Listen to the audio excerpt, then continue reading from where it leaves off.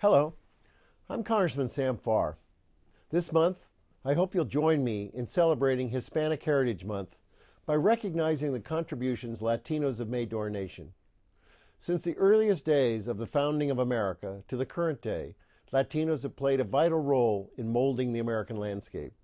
From David Farragut, an admiral in the Union Navy who bravely fought in the Civil War, to our own Dolores Huerta, a Latina labor leader and civil rights activist who struggled for economic equality.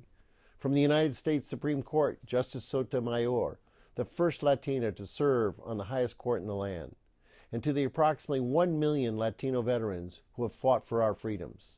The Latino community is woven into the fabric of American tapestry. While these achievements are great, there is still more work that needs to be done to address the issues that affect the Latino community, such as healthcare disparities and improving the high school graduation rate.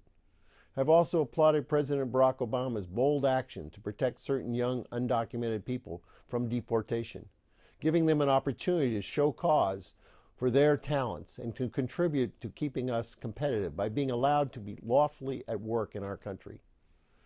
While this is only one important small step, I commend the President's leadership and promise to work with him on other issues of significance to the Latino community.